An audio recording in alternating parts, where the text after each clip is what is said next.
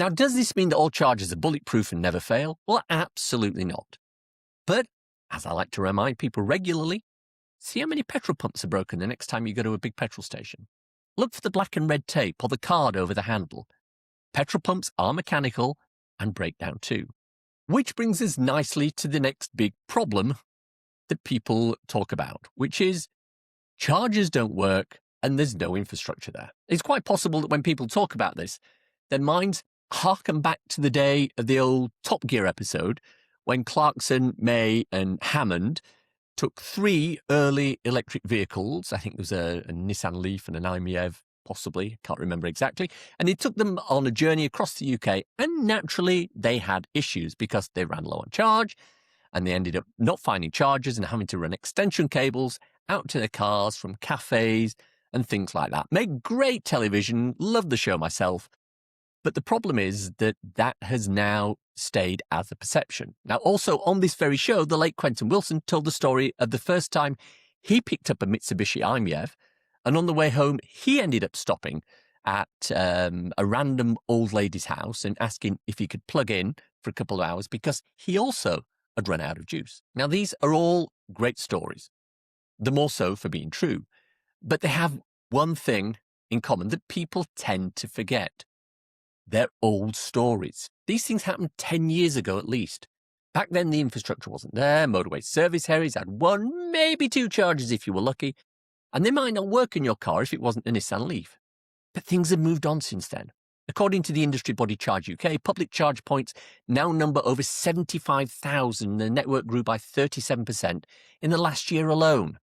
Now, for comparison, there are only around 8,400 petrol stations in the UK to serve a car park of 30 million plus fossil fuel cars. Currently, there are fewer than 2 million EVs on our roads. ZapMap have a whole page on their site dedicated to breaking down the split of charges by speed and location. Are there some areas where coverage is lower than other places? Yes. I mean, my parents' village, for example, has a couple of 7-kilowatt units at a local supermarket and a single GD point in the main car park. And if that's out of order, which it is about 50% of the time, it's a trek to the nearest big town, 6 miles away. Now, 5 different CPOs have installed 9 rapid chargers between them. Not great, but not as bad as it was only 3 years back. Now, the main issue with a lot of these chargers, though, is that they're complex devices that rely on hardware and software from multiple manufacturers to work seamlessly together. Hardware providers, card reader providers, payment providers, ChargePoint management systems, grid supply hardware and software, vehicle BMS systems, all of this needs to work seamlessly together to ensure that you can get a charge. I know that only recently my Polestar had a software glitch and decided it didn't want to take a rapid charge from any of the devices I was nearby.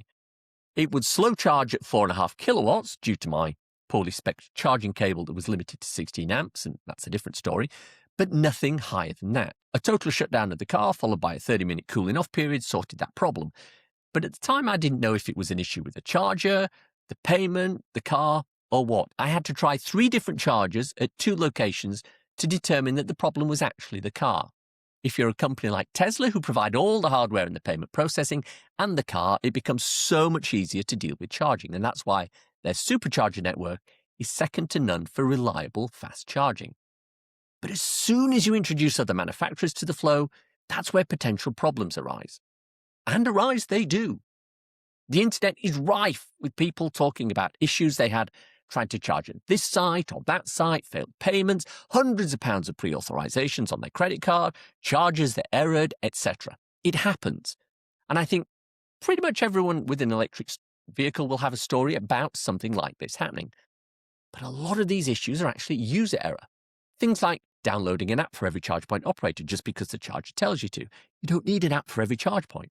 Use a roaming card like ZapMap or similar, and you'll avoid most of these errors. Now, I've told this story before on the podcast, but I have 3 nibblins, which is 2 nephews and a niece.